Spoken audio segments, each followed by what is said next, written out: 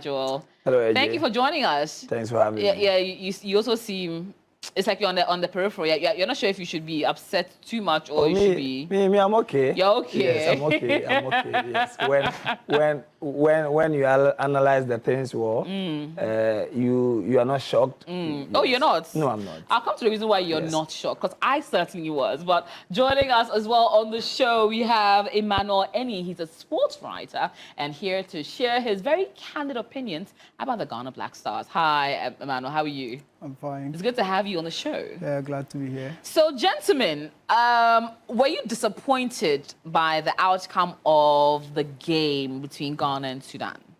Who here was surprised? I think I was. Okay. Let's say both you and. Yes, oh, really? Yeah. What were you expecting that you didn't see on that field? I think the goals. Okay. Yeah, we did everything right. Oh, you did? Yeah, we did everything right in terms of chances creation. We created a lot of opportunities, big chances. Yeah, and I think we should have scored at least one. At least one. Yeah, but in the course of the game, I saw certain things that I was shocked that the coaches couldn't notice, and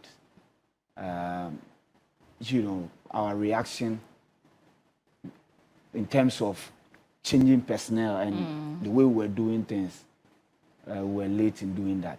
You see, games like this, the first half is very crucial. If you are playing against a team who is not under any pressure, who will be okay with a point, what you do is that you make sure you do everything possible to score first. So that when you score, you distract their plans. Then you stick to what? Yours, right? But what we did was that we played the game into their hands, and the time we wanted to, go the extra to win, it was too late. Yeah, I was at the stadium and I was so sad. Look, we should have won this game. It was there for the taking. Absolutely. I've never seen a Black Star team create such chances before. Before, we're always complaining about we don't create chances. But in this game, we created numerous opportunities that professional footballers should be putting at least 2 or 3 away. Inak Williams, we need to have conversation about him. Semenyo, we need to have a conversation about him. Jordan Ayew, we need to have a conversation about him. Because on the day, you are a senior player, you've seen it all. So you should lead by an example. You don't necessarily have to get a captaincy armband before able to you show up. When we had the Michaelasians and Sules and co, it was only one person who was having the armband. But they all should. But Sule, Essien always wanted to tell the whole world that, look, we know how to play football. And we demonstrated it. But in our case, against Sudan, you see 2 players playing all the football. Then another game, those 2 players will not play like they did. Another set of players then different players will behave in certain way. And I think that has become our problem.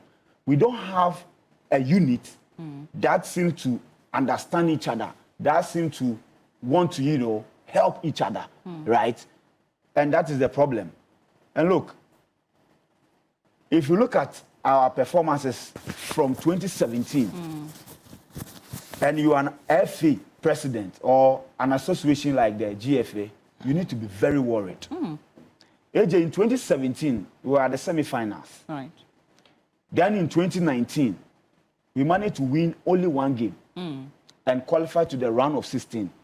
Then we were kicked out. We beat the least ranked team in that particular tournament. Right. Then in 2021, we went to Cameroon. We were eliminated in the group stage. And we saw what happened against Comoros. It was an embarrassment. Yeah. I'm saying that Comoros, if we train well, AJ, you'll be in post.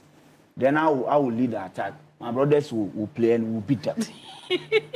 The coach was upset that they wanted to score more goals against us. Wow. That's how you see how much you fall in. You see the diminishing returns. Yeah. Then we decided to keep quiet. We went to Ivory Coast, the same group stage. we went to the World Cup. I think the match that really disappointed or that really worried us is the Nigeria game. We didn't beat them, but we managed to qualify for the World Cup. When we went to the World Cup, we were eliminated from the group stage. So it is clear that there's been at some point we need to say, okay, now at first when we go to the AFCON semi-final, finals. Yes. So that was our level. Yeah. Now the Group stages. yes. So we need to start rebuilding. So how do you rebuild? You go to your feeder side. That is your under 17, your under 20. Then the key senior players who are, the young players who join the senior players, you want to fade them out. They will become the senior players. So they will form the backbone of the team. Yeah. Then you promote about 5-6 players from your under 20. We've done it before. The team that qualified us for the first World Cup, it was somebody's vision that look, we should do away with all these senior players. At that time, we dropped Dombote, Charles Taylor, the under 22. We dropped all the Stephen Appiah, Stephen Odro was even part. We dropped all of them. And brought in the new. Yes, Michael Essien, Sule, and those guys.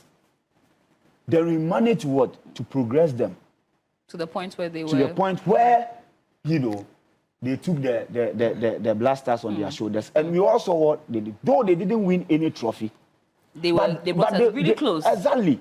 So, and at some point to 2010, we had a coach in Milo who also decided, and we went to the AFCON with our 7 under 20 players who had won the under 20 World Cup. We saw what happened.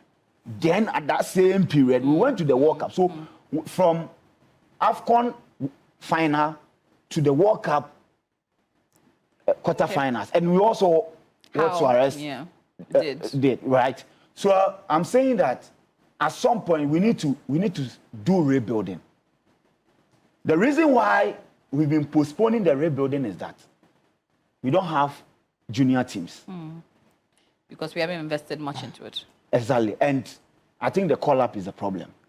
I've given something to the producer. Larry Kingston was our under 17 coach. He played the Wafu Zombi here in Ghana. We hosted it. He called under 17 players. So after the tournament, we couldn't qualify, right? But a team or a national team that is struggling at the top, you try and build from the bottom.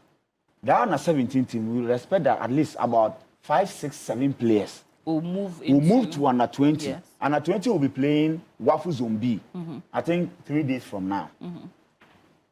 Only 2 players out of the under 17. Yes, were picked from under 17. And if you check the teams that they play, one plays for the FA president's team. So it's become a who type of situation. Gone are the days. These coaches go out and find and go and players. Pick the players they think can play for the national. But in this case, what they do is that first batch, second batch, third batch, fourth batch, fifth batch. So 20, 25, 25, 25, 25. They'll go to Pram Pram. 2 days, then they'll send them home. 2 days, they will send them. How are you going to assess these players and assess them very well?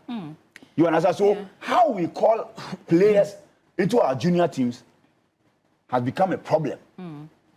And the kind of whom and all of them are connected, deeply connected to to the FA people. Gone are the days, it wasn't the case. But now, if you play for Dreams FC, if you check, we can name it, and people will see. Dreams FC, Sempefe, Kofodia Sempefe belongs to the vice president. House of Lions, Randy Abbey, Still Believe, FA president, Dreams FC, FA president. They are the people who are producing players for our national team, and we are not getting the results. It's not like we are getting the results. So what I'm saying is that we need to be honest to ourselves. Keto Kreku is 5 years in power. Yeah. If he started something, if he had a plan to build, it would mature by now. We wouldn't be struggling against Angola, Sudan, and Niger. And Niger, look, they had about 5 Ghanaian players. Oh, on that note. You understand? Wow. Okay. 5 Ghanaian players played against us. They don't have the players. So they they just don't have the players. And yet so somehow they just convince the few nationals, mates in our country and just take them there. Take them there, and they are rather, now excelling in our name. Well, anyways, let me come to Andrews. Your thoughts? You weren't surprised about the scoreline as well. And I'll come to Joel and Manuel, who were. I was. Oh no, you were surprised, but you both weren't. Now, what made you? What shocked you the most about the scorelines?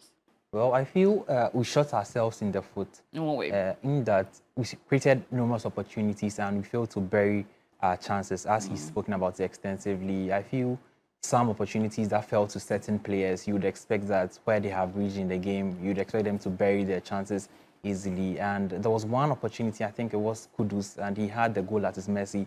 I just can't seem to wrap my head around how he managed to miss that opportunity. Maybe he didn't sort out his feet well, but then I expected the net to budge when I saw Kudus in that position, but then it didn't quite pan out as planned. So I think if we had taken our chances, Niger would have been no match. I don't think Kwesi Appiah did anything extraordinary on the day because they played according to his plan. They started out in a low block, they defended well, but we managed to find the spaces in between them, create the opportunities. We carved them open so many times, but then I think our finishing on the day let us down. So in the second leg, Otuado has already started speaking about the second leg. If he has something to do, it has to be correcting his players, guiding them on how to finish. He has to work on the finishing because it wasn't just Mohamed Kudus. Antoine Semenyo was a part of it. Inaki Williams, all our players were capable of missing big opportunities when they should be burying it ideally. So I feel he has to work on that. And speaking about Jordan Ayew's captaincy issue, I feel Jordan Ayew would feel he is the senior most player. And 2024 in the national team colours,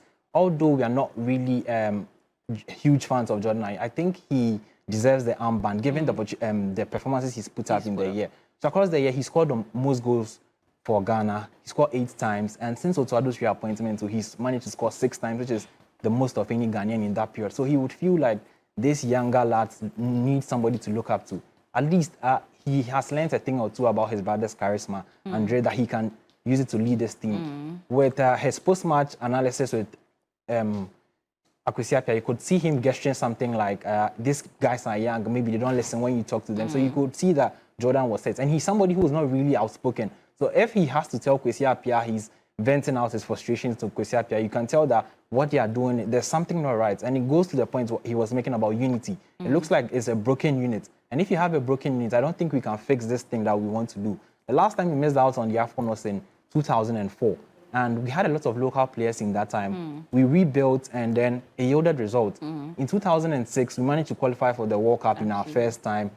We also managed to qualify for the AFCON, although we were eliminated in the group stage. In 2008, we hosted it here in Ghana. We saw what happened. We finished third. 2010, we went to the World Cup as far as the quarterfinals. AFCON, we went to the final. 2012 and 13, made it to the semis of the AFCON. 2015, we made it to the final of the AFCON, and we finished as runners-up.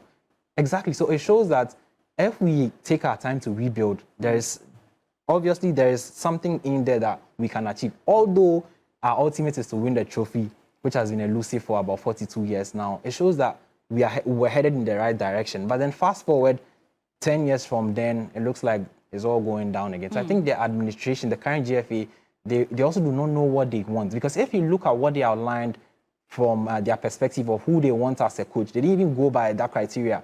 They just chose Otuado because they wanted somebody who has a proven track record, who has won a lot of things, 15 years experience, and what have you. But Otuado has none of that. He was just a scout developer at Dortmund, and he comes in. I don't think the GFA should be angry at Otuado because this is who you wanted, and then you're getting your man, and he's giving you the results. I don't think the GFA have the right to say Otuado has done this or he has done that because you knew what you were getting when you went for Otuado. True. So I believe with Otuado's appointment, the GFA have nothing to say. So with Kurt ripping into the players, maybe that's what he would have to do because he can't go to Otuado. You made this appointment. If it's failed, you have to take the blame on your shoulders. Yourself. Now, come to you, Joel. You were not surprised with the scoreline. No. What is lacking? What is that missing link? Is it that the players are being individualistic? There's no team effort? Is it that it's the problem lies at the door of the FA? Or is it a problem of the coach not being in sync with the players? All right, so AJ, let me start from what Listo said, the example that he was giving about how we lost to Comoros. You know, he said you can even be in post. We'll build a team ourselves. So much post. Yes, we'll build a team ourselves and then we'll beat. Even with my 2 left feet, I can beat Comoros and there. see, that is who we are as people. We are arrogant. And if you listen to how the GFA president spoke, you let me just beat you. And if you remember in 2021, when we went to Cameroon, after we drew with Gabon, Andre Ayew at a press conference said that we are Ghana. We are going to beat Comoros and qualify. In the game against Egypt, when we drew with Egypt, a Nigerian journalist asked Jordan Ayew, do you know it is possible that you are going to be eliminated from the first round for the second time? Andre said, we are Ghana. Watch what will happen against. So, one, we are arrogant. And being arrogant is good.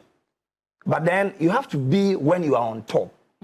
We as people, and when they played the video where the fans were complaining, we've not come to the realization that we are no more good. You see, that, and I always feel so sad, and I blame Nigeria for letting us qualify for the World Cup, because that would have been the perfect time for us to reset everything. AJ, we are no more good again. You see, when Ghanaians mention the name Sudan, you check the level of disrespect we attach to their name. Mind you, this is a team about 50 years ago. They beaten us in an AFCON final. Wow. The second AFCON final, because we were in final in 63, 65 we won, 68 we lost, and 70 we lost to Sudan. So previously they were good. They didn't do their things right, and now they are nowhere to be found. They are now rebuilding their momentum again. That is where we are. Because if in 2024, we've won only 2 games. In 2024, we've won only 2 games against a side that has won 6 games. So if you want to compare the name, the caliber, we've won 4 AFCON, we've done this, we've produced Abedi Pele and the likes. If you put that into perspective, your arrogance will come to bear. But if you've observed what your opponent has done, let's say, since this year started, you will know that, look, this game we are going, it is very dicey, and it is highly possible that we are going to, lose. That's why I said that for me, I was not surprised based on what everybody has done going into this game, because Sudan, their last 16 games that they've played, AJ, they've kept clean sheets in 8 of the last 16 that they've played. So all things being equal, before this game, if you do your analysis, you can say that it is highly possible that Sudan will keep a clean sheet. And the 16 games that they've played, they have scored 20 goals, conceded 11. We, in the same last 10 that we've played, and we've scored 10 goals, we've conceded 10. Hey, when you put it in that context. Yeah, so when you put it in this context before the game, and we need to tell Ghanaians that, look, your team is no more good. And before we can rebuild it again, it has to collapse. Because I always say that when we had football sense, nobody could match us. True. When we started doing our things right, nobody could match us. So it has to collapse. If we don't qualify for AFCON, it is, but this is not the first time. After losing in the 70 final, we didn't qualify till 78, we went to win it. We won it in 82, 84, we were eliminated, I think, in the second round. 86, 88, we didn't qualify. We didn't qualify in 2004. So we need to do our things right. Maybe we'll go into the game, the specifics, what we didn't do right and all that. But my point and what I've been saying for the last 2 years is that we need to understand as people that we are no more good. Yes. And I always say that, they say everybody is now learning how to play football. But when everybody learns how to play, it is only us who are far behind, because still when you go to the AFCON, it's the people who have already won it. The last one, it was Ivory Coast. Senegal had won it because they had gone close twice, 2002 and then 2019. So the big boys are still winning it. And if you want to really even understand, previously, when we were playing in the final, we were struggling to beat our age mate. So we were struggling to beat Egypt, we were struggling to beat Cameroon. The only big boy that previously we were whipping them comfortably were Nigeria. But now we cannot even beat the second and the third rated teams. So 10 years ago, we were struggling to beat our age group. Because in the 2008 semi-final, Cameroon, 2017, Cameroon eliminated us to qualify into the finals. But now, we are not even able to beat. We are fighting with... Yeah, but, and if you check statistically, this Niger that we are talking about, in 2024, or the last 10 games that everybody has played, they've won more games than us. It's just that we've drawn more games and they have lost more. But if you compare, we have big players individually. When we pay more, we pay more individually. If you want to do comparative analysis, we have the edge over them. Absolutely. But as a team, we are not better than Sudan. And Monday, we will see a different Sudan because it was clear that they were just coming in for a point. And this evening, one thing that we know how to do best is to pray. We need to pray that Angola will not win. That's what we are really good as Ghanaians. Yes. We'll now be doing all kinds of computations. Yes. When you go here and you lose here, and you go here, you pass here. And I even brought my calculator. We'll do before the end of the show. We'll do that calculation. But let me bring Emma into the conversation. The chances we missed, because it seemed as if it was a no-brainer. Yeah. The idea of winning these matches, we lined up what was necessary to make that happen. Yeah. But somehow we couldn't finalize on it, take the goals as when we needed to, and we ended up drawing. Your thoughts, because you felt it was exactly how you thought it would play out, that's how it played out. Yeah, I wasn't surprised because looking at the team we have, we went to AFCON, we didn't win a game in the group stage, we were eliminated in the group stage, and even in 2024, we've won only 2 games. So if you followed the team really well, considering how we've played since the year started till now, you wouldn't have your expectations that high for them. And if they are playing against a Sudan team who are doing well under Kwesi Appiah, you really manage your expectations. So for me, the surprising thing was seeing the players missing sitters. That was the only surprising element in the game. But regarding the results, I wasn't too much surprised because this is a team that we followed really well, and we all know that in the last 2 years or 3 years, we've been subpar. We've not been better than any other side. And the FIFA rankings tells we are no more in the top 10 in Africa. And even in the world, we've dropped out of the first 60. So it tells you that we are not the Black Stars we used to know. And if we are going to sit here and talk about having Michael Essien, Sule Ali Muntari, whatever, some time ago, we are not doing ourselves justice. We have to embrace the reality that we are not the team we used to be. So people will be surprised because they didn't manage their expectation and they expected more from the team. But for me, I wasn't surprised, and the only surprising thing I had from the game was the team missing chances. But if they were missing chances, it means the coach did something right, because we went into the game as a team that wanted to win by all costs. So if you are a team that can create chances, it means the coach had the statistics right. Coach's statistics is to rake in chances, manage the opposite, neutralize them, not to for the opposition to create chances. So if Otuado managed everything well, we were able to rake in chances. Then yesterday, it was the players' fault. They let us down. Wow. Yeah. Well, the players letting us down is one opinion. What is yours? Use the hashtag the trends and tell us all about it. We're going to go on a quick break. When we come back, we'll be reading some tweets. And most importantly, looking at the how can we fix it? Because is our decline going to be forever? Can we find a realistic way of trying to get back up on the points? Well, we'll find out when we come back right after this. And yes, and that was the GFA president speaking to the boys, well, sort of admonishing the boys about their loss over a few games. Well, let's take a look at some tweets. I'm joined in the studio by some of the finest sports journalists and writers in the country. But this is what you've been saying about the Black Stars. Getting into the very first one. Oh, Charlie, it's evident, or you can't reap what you have not sown. Process in sports.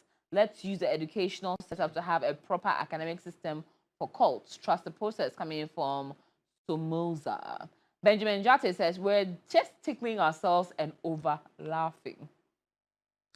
Sadiq Adams says, normally, when a country's senior national team reaches a point like ours, the group stage exits in the last 3 major tournaments, struggling against the very lowest sides and no clear signs of improvement over the years. There are 2 options available to restart. 1, promote and block the under-20 side to the senior team with a few experienced faces to start a new phase. To rely on domestic league players with intention of sending a strong message to foreign-based players that we've got it here too. In the case of Ghana, which of these 2 options can we honestly fall on with our full chest? Very, very interesting points, which you also highlighted this as well. And Dom says, Ali Duseidu's best performance in a Black Stars shirt. He was energetic, won most of the physical battles, solid in one-on-one situations, a force on the overlap, and aggressive too. I hope he maintains this level and never drops it. Bully says, yesterday was just a bad day at the office for our players, but I still believe we will beat Sudan in Libya. We can only hope so. Now, 2 options listed out. You stated as well that, you know, honestly, the promotion from the younger side to our senior team might be our best bet. Yeah. But there also seems to be a bit of a fixation on foreign-based players. And I like all your views on that. That we would rather seek talent elsewhere deliberately rather than promote from within. Yeah. Can we fix this? Is this a mentality that we should continue with? I want to get everyone's points in like 30 seconds. So it's an experiment, and I don't think that the probability of getting it right is very low. Very low. Clearly, we haven't gotten it right over the years. Yes, because Inaki, you know, the way this white people, the way they train their players is different from the way we do ours, right?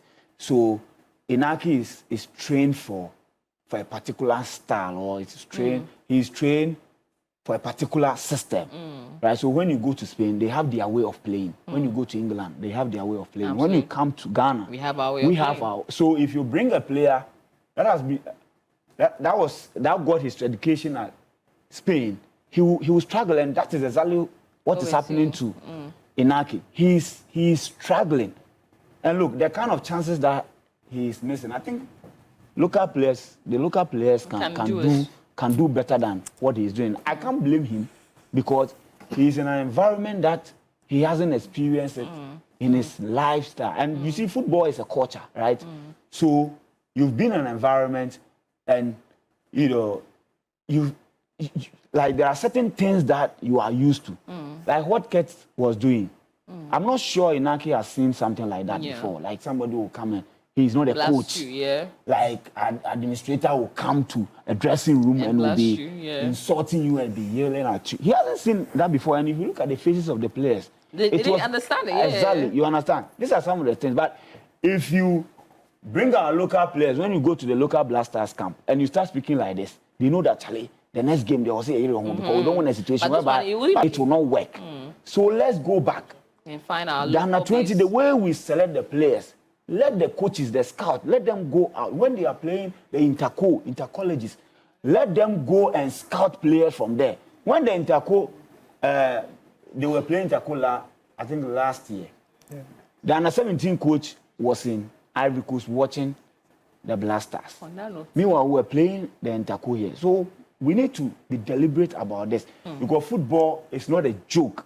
People are making a lot of billions from it, and it seems we are only joking with it, and still want to be like Brazil and France and co. It cannot work like that. Andrews, should we change our tactic? Yeah, I feel there's a stark contrast between the local football and then what happens in Europe. So with what we have here locally, the players are not really used to it. The current crop of players that we have, you have Inaki, who was born in Bilbao, and you have also Brandon Thomas Asante. He's used to the English lifestyle. Antoine Semenyo, they're not so much used to this kind of thing. Stephen Appiah, before the Parliamentary Select Committee, highlighted the same points that we are making, that there's a cultural change. So they do not really know what it means to play for the team. And he said it because in his time, they had players who were playing here in Ghana, Kumasi, and Sekotsko, and Hartlepool. And we're based in... Exactly, when the league was also on its toe. So it means that we'd also have to look back at our league. If we are running our league well, it means that the Black Stars will turn out to work. Because in 1982, thereabouts, we won the AFCON with locally based players. So it means that it's possible to win the AFCON with such players. At the just ended AFCON in January, South Africa went into the AFCON with most of their players locally based players. Absolutely. They didn't have players from outside. Egypt go to the AFCON with players from Zamalek and Al Ahly. They solely rely on that for it. So I feel they have to look at the locally based teams and then channel their attentions to making it work. If it works out, it means that we would have a feeder club, a feeder place to churn out talent. We would not just be relying on calling up players who would also not wanting to play for us. We would have to be trying to convince them all the time, and then they come eventually, and then they end up not performing as expected. So I think we should look at other alternatives and making our own talents. Joel? AJ, do you know why I said that we need to manage our expectations?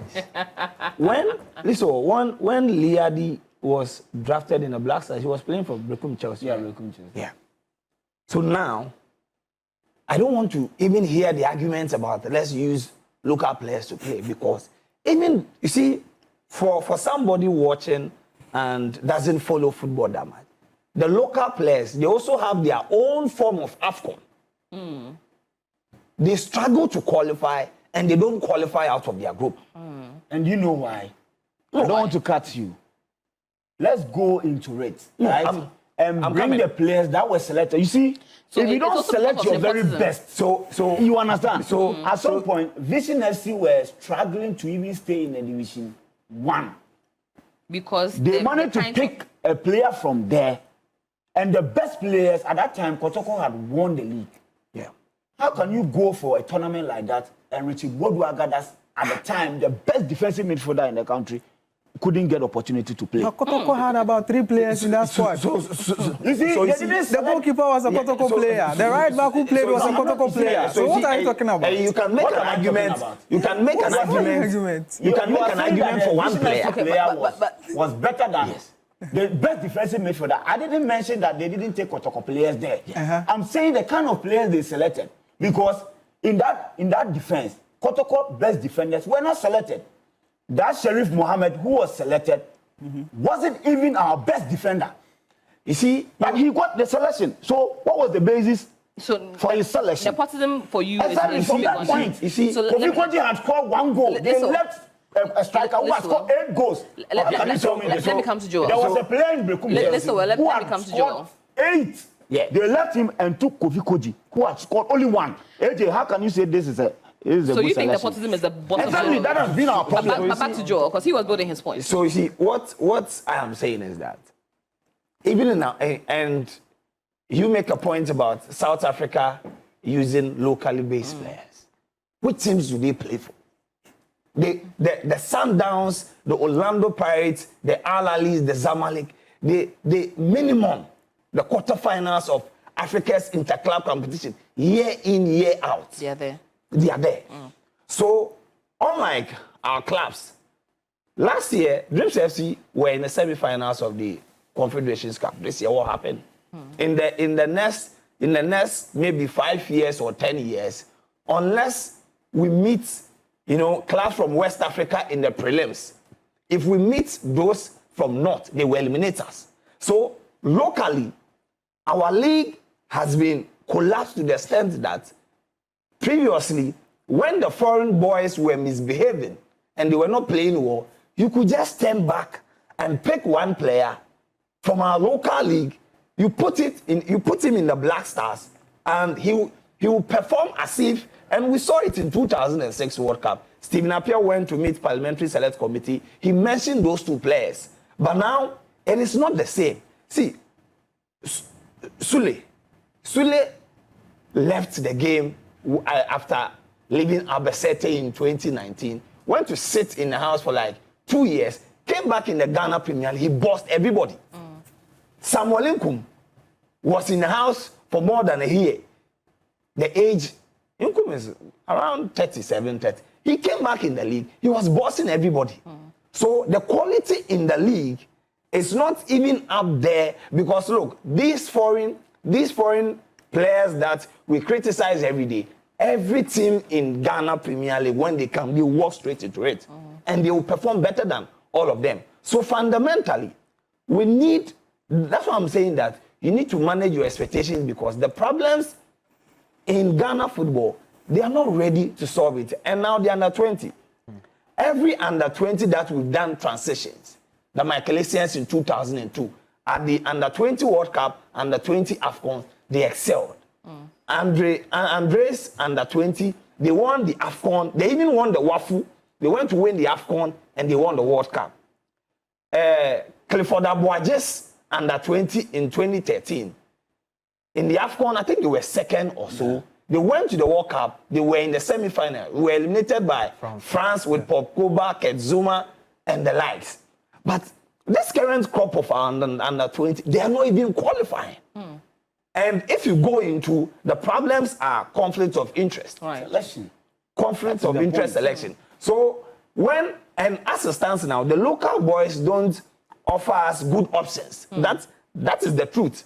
As it stands now, the local boys don't offer us good options that we can boldly say that, oh, so so right now, listen, let me ask you, if Kudus is not performing, if Jordan is not performing, if Antoine Semenyon is not performing, which local boys right now can we fit in? Can we say that if we pick these three boys, they can give us the results? We don't have. We need to. That's why we are saying that we need to fix our league. So that's what I'm saying. For the meantime, and I'm not saying when we qualify for the AFCON, I will not be happy. That's why I've been saying that it needs to collapse. For it to be built back. It needs to collapse because when we went to 2020, when we went to Cameroon, if we had not qualified for the World Cup, things would have changed by now. Well, but the World Cup wiped everything clean as if like, you know, things are good. Things are good. But now it needs to collapse. And the last AFCON, we qualified on the final day. That is when the Central African Republic coach told us that if this is how we play, we will not qualify out of our group. And true to form. Yes. Now, Emma, do you think that, and in 30 seconds, because we are wrapping it up, do you think we are capable of qualifying for AFCON 2025? Yeah, we are still capable. Looking at the games that we have left, I think we will play Sudan on Monday. Then we play Angola and Niger. Beating Sudan, it's possible, but the margin, you see, you can't. You don't sound like you have Vimo. From what we've seen, you can't confidently say we are going to beat them. There's no confidence there. So we only bet on hope. Okay, we hope the Black Stars will qualify or will beat Sudan. But in terms of possibility, yes, it's possible because 2 teams qualified from the group. And looking at our stand now, we are third on the table with 2 points.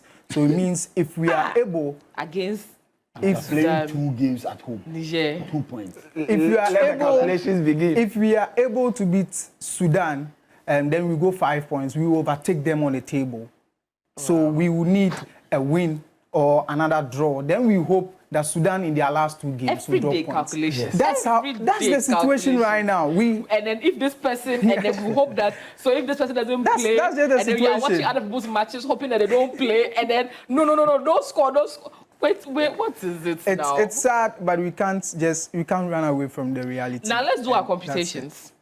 And you brought your calculator. Yeah. Joe. Oh, I brought it, AJ. And we have 10 seconds to go. Yes. But while we are doing the computation, and so give us all the possible mathematical formulas in what we need to do. All right. So the possible outcomes tonight Yes. at 7 p.m. in Luanda, Uh-huh. Angola will host Niger. Yes. Angola with 6 points and this game. And it is, if Angola beats Niger, then it is looking like everybody is taking 6 points away from Niger. So that draw could be that thing that will make us not qualify. Okay. Now, if Angola beats Niger home and away, they are through with 12 points. And they are good to go. Then they are gone. Okay. Then, if we want to, still keep our destinies in our own hands, we need to avoid defeat on Monday. Okay. So we must beat Sudan. We must beat Sudan. Not draw, no. beat. Because if we draw against Sudan, we are still behind. Uh-huh. And trust me, Sudan will beat Niger at home. Okay. So as it stands now, our only option, and this one, I'm not going to say we are Ghana, we are going to qualify because I gave you the, like how all the times that we've said that, we are Ghana, we'll qualify. beat, yes. Anytime we make that bold assertion, we lose or we draw.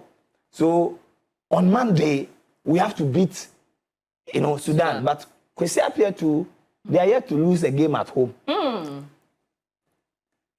So on that And we are note- not performing in our away games. And we are not performing on the road. But- In but- 2 but years. It's We at can- a we can take- neutral venue. So Yeah, we can take. Yeah. You So can 30 take what? seconds. You play Niger No, I'm saying that on we neutral can, grounds. You no, couldn't see, beat we them. can take some solace from beating Mali away in the World Cup qualifier. That's your first win in about 2 years. Away. Yes, and the second one was How draw. do you rely on that? So we've not lost under Otuado away.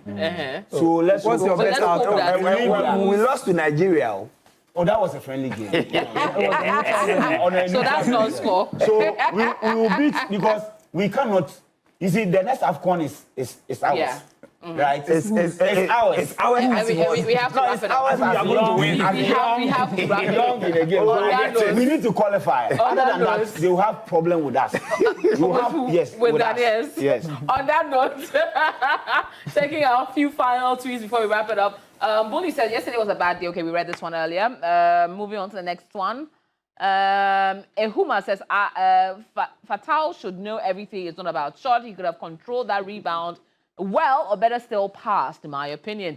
Moving to the next one from Nana J says, so this game that Semenyo and the rest of the attackers played, what worse can a local player do? Okay, well, interesting points there.